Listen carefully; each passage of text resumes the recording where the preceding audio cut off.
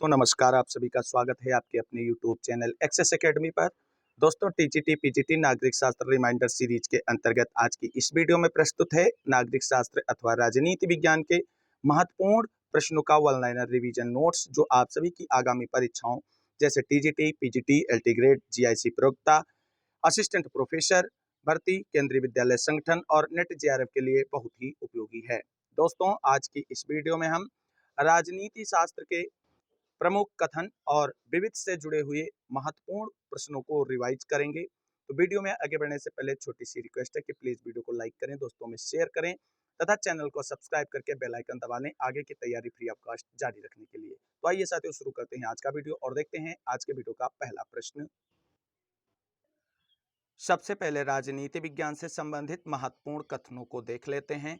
वह कथन किससे संबंधित है, इन चीजों को देखेंगे और यहाँ से 2 से 3 अंक के क्वेश्चन सभी प्रतियोगी परीक्षाओं में पूछे जाते हैं, चाहे TGT PGT LT grade GIC प्रवक्ता भर्ती हो, चाहे असिस्टेंट प्रोफेसर भर्ती हो। आप सभी लोगों से निवेदन है कि ध्यान से इस वीडियो को देखें, क्योंकि यहाँ से आगामी परीक्षाओं में आपके 2 से 3 अंक पक्के हैं।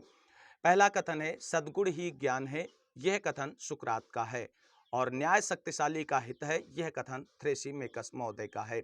अगला कथन है सच बोलना तथा अपना कर्ज अदा करना न्याय है, यह कथन सेफाल्स महोदय का है। अगला कथन है प्रत्येक व्यक्ति को उसका औचित्य देना न्याय है, न्याय के बारे में यह कथन पोलीमार्कस महोदय का है। अगला प्रश्न है कथन है प्रत्येक व्यक्ति को अपना विशिष्ट कार्य करना तथा दूसरों के कार्य में हस्तक्षेप न करना ही न्याय है, न्याय की यह परिभाषा प्लेटो महोदय के द्वारा दी गई है। राज्य व्यक्ति का विराट रूप है, यह कथन प्लेटो महोदय का है। शिक्षा का उद्देश्य मनुष्य की आत्मा को प्रकाश उन्मुख करना है, यह कथन भी प्लेटो महोदय का है। अब प्लेटो से ही संबंधित कुछ कथन देख लेते हैं। राज्य ओक या चट्टान से नहीं बल्कि उसमें निवास करने वाले व्यक्तियों के चरित्र से उत्पन्न होता है, यह कथन भी प्लेटो महोदय का है। अगला प्रश्न है आत्मा के लिए संगीत और शरीर के लिए व्यायाम आवश्यक है, यह कथन प्लेटो का है। अगला कथन है शिक्षा मानसिक व्याधि को दूर करने का मानसिक उपचार है, यह प्रसिद्ध कथन प्लेटो महोदय का है। प्लेटो का अगला और इंपॉर्टेंट कथन है जब तक दार्शनिक राजा नहीं बनेंगे या राज्य तथा राजकुमार इस विश्व में दार्शनिक शक्ति अथवा भावना से उत्प्रेरित ना होंगे, राज्य अपनी बुराइयों से मुक्ति नहीं पा सकेगा। अर्थात प्लेटो ने राज्य और राजा के बारे में कहा है कि राज्य का राजा दार्शनिक राजा होना चाहिए। अब अरस्तु से संबंधित कुछ महत्वपूर्ण कथनों को देख लेते हैं। राजनीति शास्त्र सर्वोत्तम विज्ञान है, अर्थात मास्टर साइंस अरस्तु ने कहा है। राज्य व्यक्ति का पूर्वगामी है, यह कथन भी अरस्तु महोदय का है। अगला प्रश्न है परिवार नागरिक गुणों की प्रथम पाठशाला है, यह कथन भी अरस्तु महोदय का है। अगला कथन है मनुष्य एक सामाजिक प्राणी है, यह कथन भी अरस्तु महोदय का है। राज्य परिवारों तथा ग्रामों का संगठन है, यह कथन भी अरस्तु महोदय का है। और राज्य के बारे में अरस्तु महोदय की यही परिभाषा है कि राज्य परिवारों तथा ग्रामों का एक संगठन है।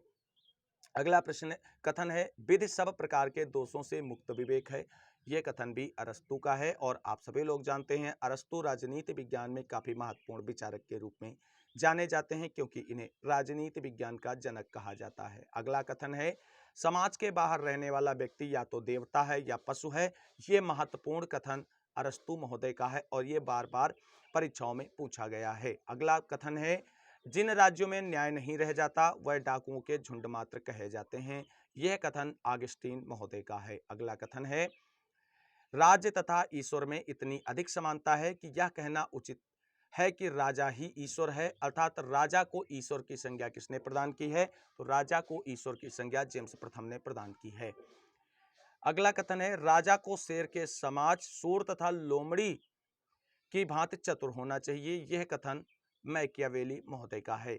अगला कथन है व्यक्ति अपने पिता की मृत्यु को भूल सकता है किंतु पैतृक संपत्ति को नहीं भूल सकता है, यह प्रसिद्ध विचारक मैकियावेली का महत्वपूर्ण कथन है और परीक्षाओं में बार बार पूछा गया स्टेटमेंट है।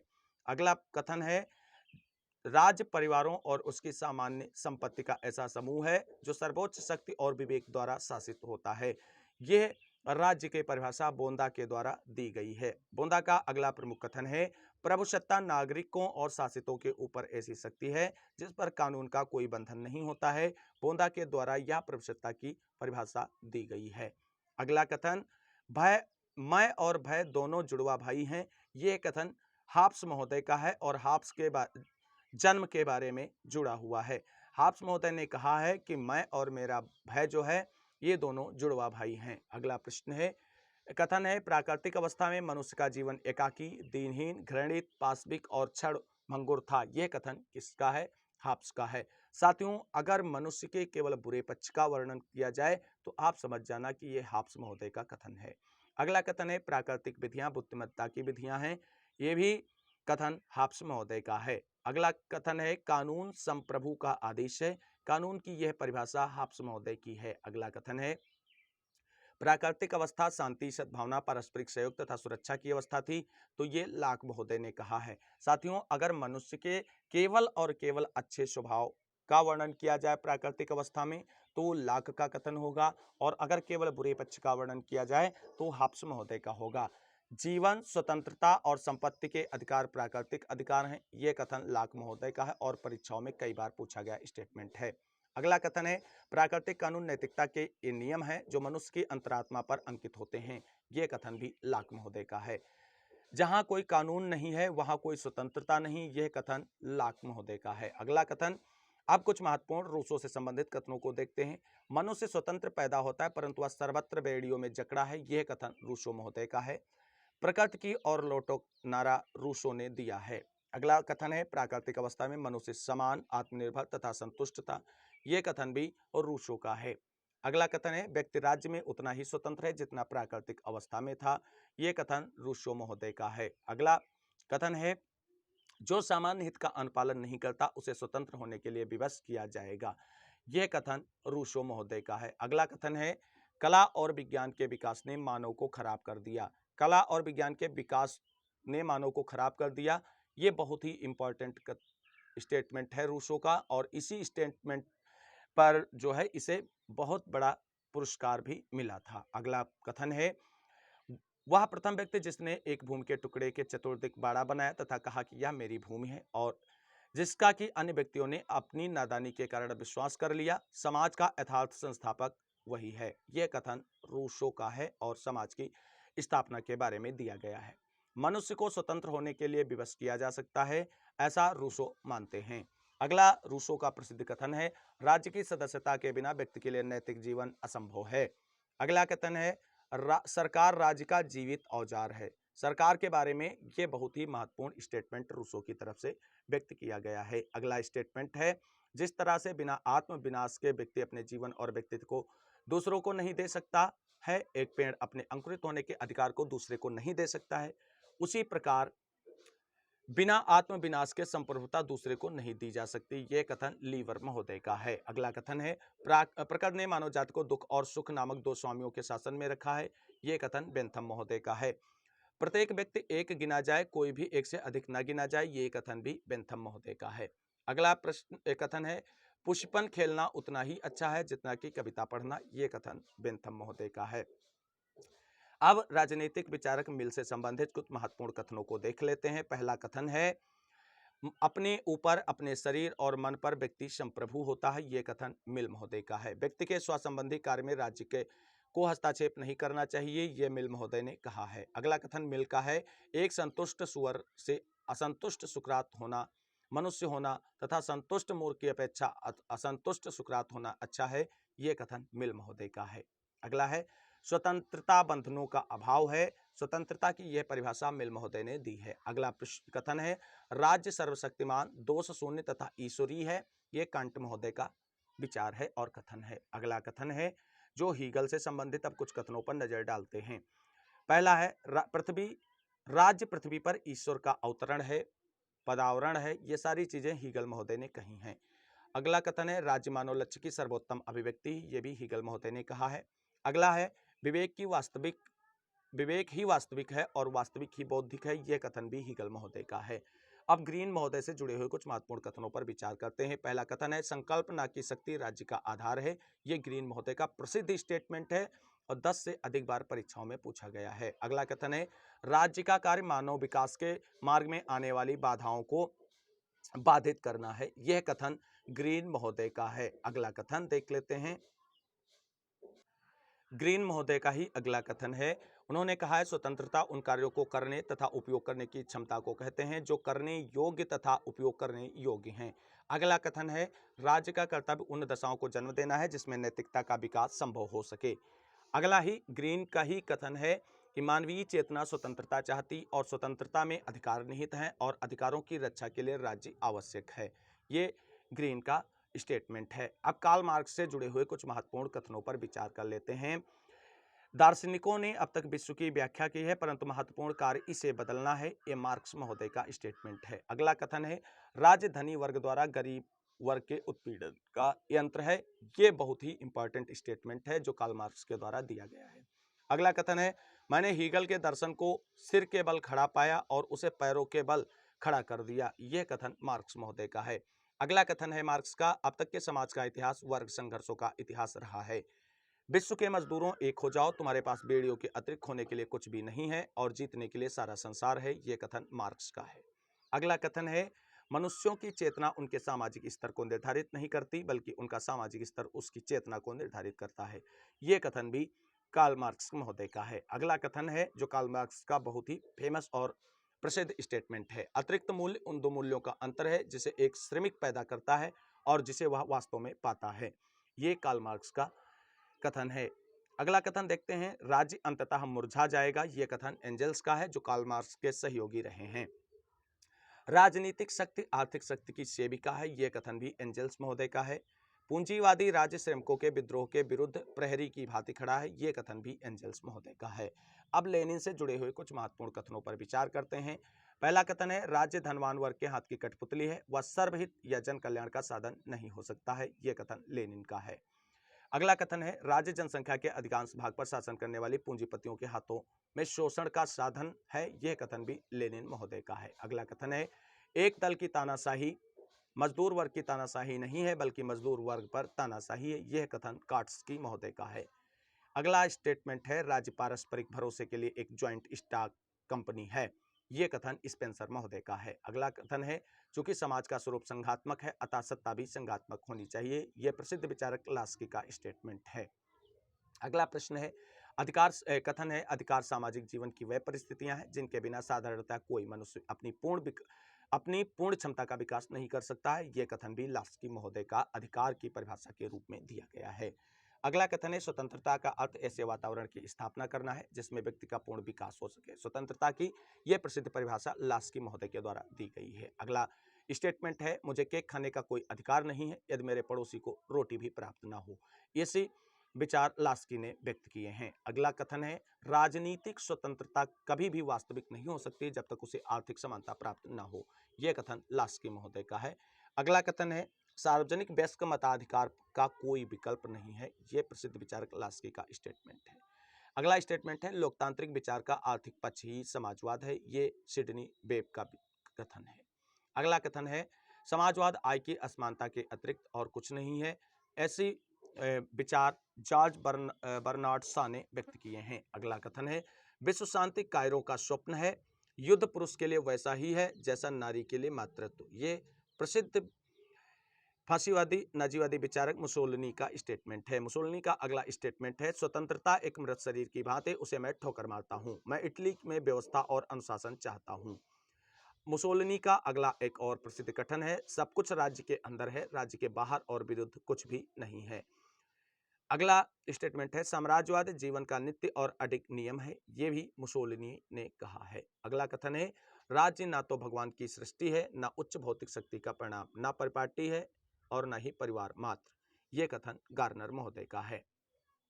राज्य एक वर्ग द्वारा दूसरे वर्ग पर प्राबल्य बनाए रखने की संख्या है। ये ओपेनहाइमर का स्टेटमेंट है। अगला कथन है ईश्वर जिसने हमें जन्म दिया उसी ने स्वतंत्रता भी प्रदान की है, ऐसा जेफरसन महोदय का मानना है।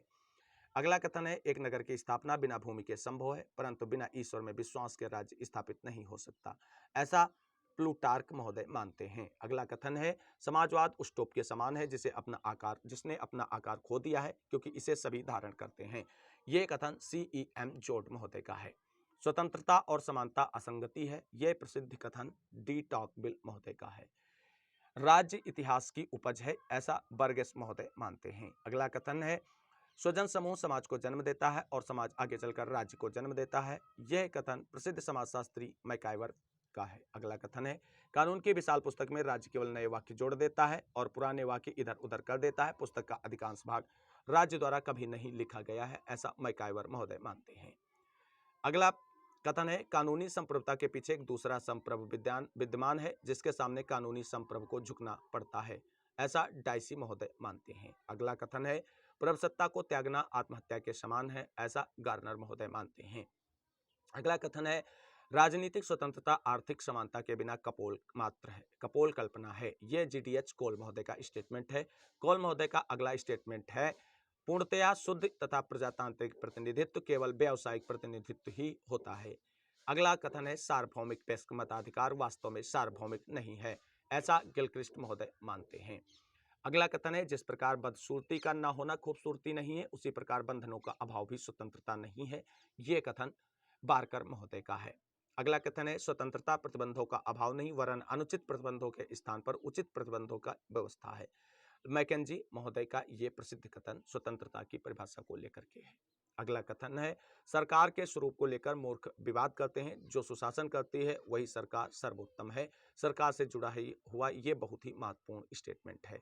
अब देखते हैं अगला पॉइंट, महत्वपूर्ण कथनों से जुड़े हुए प्रश्नों के बाद अब हम डिस्कस करते हैं विविध तथ्यों पर महत्वपूर्ण वन लाइनर प्रश्नों के रिवीजन नोट्स को। तो देख लेते हैं। विविध के अंतर्गत पहला प्रश्न है, भारत में केंद्र राज्य संबंधों का अध्ययन किसने किया? सरकार या आयोग ने किया। क्योटो सम्मेलन का मुद्दा किससे संबंधित है? क्योटो सम्मेलन जलवायु परिवर्तन से संबंधित है। संविधान का अनुच्छेद 370 किससे संबंध रखता था? तो 370 जम्मू कश्मीर के लिए विशेष दर्जे के रूप में व्यवस्था करने वाला संवैधानिक अनुच्छेद था। अगला प्रश्न है, भारतीय राष्ट्रीय कांग्रेस का प्रथम अधिवेशन कहाँ संपन्न हुआ? प्रथम अधिवेशन बंबई में संपन्न हुआ था। अगला प्रश्न है, वर्नाकुलर प्रेस कानून प्रस्तावित किया गया लॉर्ड लिटन के द्वारा। मुस्लिम लीग ने सीधी कार्रवाई दिवस कब मनाया? 16 अगस्त 1946 को। गदर पार्टी की स्थापना किसने की थी? लाला हरदयाल ने। वहीं ब्रह्म समाज का संस्थापक कौन थे? ब्रह्म समाज के संस्थापक राजा राम मोहन राय थे। अगला प्रश्न है, सती प्रथा उन्मूलन के लिए दृढ़ता से वकालत किसने की? राजा राम मोहन राय ने। भारत के किसी भी राज्य में प्रथम महिला मुख्यमंत्री बनी? उत्तर प्रदेश में। और उत्तर प्रदेश की पहली महिला मुख्यमंत्री का नाम आप सभी लोगों को कमेंट करके बताना है। अगला प्रश्न है, सर्वेंट्स ऑफ इंडिया सोसाइटी की स्थापना किसने की थी? सर्वेंट्स ऑफ इंडिया सोसाइटी की स्थापना गोपाल कृष्ण गोखले ने की थी। अगला प्रश्न सही सुमेलित तथ्यों पर आधारित है। एक तरफ दल दिए गए हैं, दूसरी तरफ उनकी स्थापना वर्ष दिए गए हैं। जनता दल की स्थापना 1988, साम्यवादी दल की स्थापना 1925, भारतीय राष्ट्रीय कांग्रेस का जन्म 1885, भारतीय जनता पार्टी की स्थापना 1980। ई गवर्नेंस का अर्थ क्या होता है? तो ई गवर्नेंस का अर्थ है कि सरकार किसी भी समय कहीं भी इलेक्ट्रॉनिक माध्यमों से सेवाओं व सूचनाओं का वितरण, कागज रहित कार्यालय तथा पारदर्शितापूर्ण तथा पारदर्शी सरकारी कार्य। अगला प्रश्न है, दीपा मेहता की फिल्म वाटर के विरुद्ध सांस्कृतिक राजनीतिक आंदोलन का नेता कौन था? वह थे RSS। अगला प्रश्न है, मणिबेन पटेल, दुर्गा भाभी, सत्यवती देवी तथा खुर्शीद बहन में से किस भारतीय महिला ने स्वतंत्रता आंदोलन के दौरान क्रांतिकारी साधनों का समर्थन नहीं किया था? वो थी मणिबेन पटेल। अगला प्रश्न है, भारतीय संघीय व्यवस्था में केंद्र अभिमुखी क्यों होती है? तो भारतीय संघीय व्यवस्था केंद्र अभिमुखी होती है क्योंकि संपूर्ण भारत के लिए केवल एक ही नागरिकता है। आपातकाल में केंद्र की शक्ति बढ़ जाती है तथा संसद राज्यों के क्षेत्रों का पुनर्वितरण कर सकती है। अगला प्रश्न है, निम्नांकित विशेषताओं में से राज्य के पुनर्गठन की नहीं है? तो अविनाशी जो है राज्य के पुनर्गठन की विशेषता नहीं है। EB रामास्वामी पेरियार सर्वप्रथम किस दल में सम्मिलित हुए थे? तो वह सर्वप्रथम भारतीय राष्ट्रीय कांग्रेस में सम्मिलित हुए थे। अगला प्रश्न है, MN निजलिंगप्पा, मोरारजी देसाई, के कामराज तथा YV चौहान में से कांग्रेस पार्टी के सिंडिकेट समूह का सदस्य नहीं थे। YV चौहान जो हैं कांग्रेस पार्टी के सिंडिकेट समूह का सदस्य नहीं थे। अगला प्रश्न है, पंडिता रमाबाई के संबंध में सत्य कथन कौन सा है? तो पंडिता रमाबाई के बारे में सत्य कथन है वह भारत में महिलाओं की शिक्षा और मुक्ति के क्षेत्र में अग्रणी थी।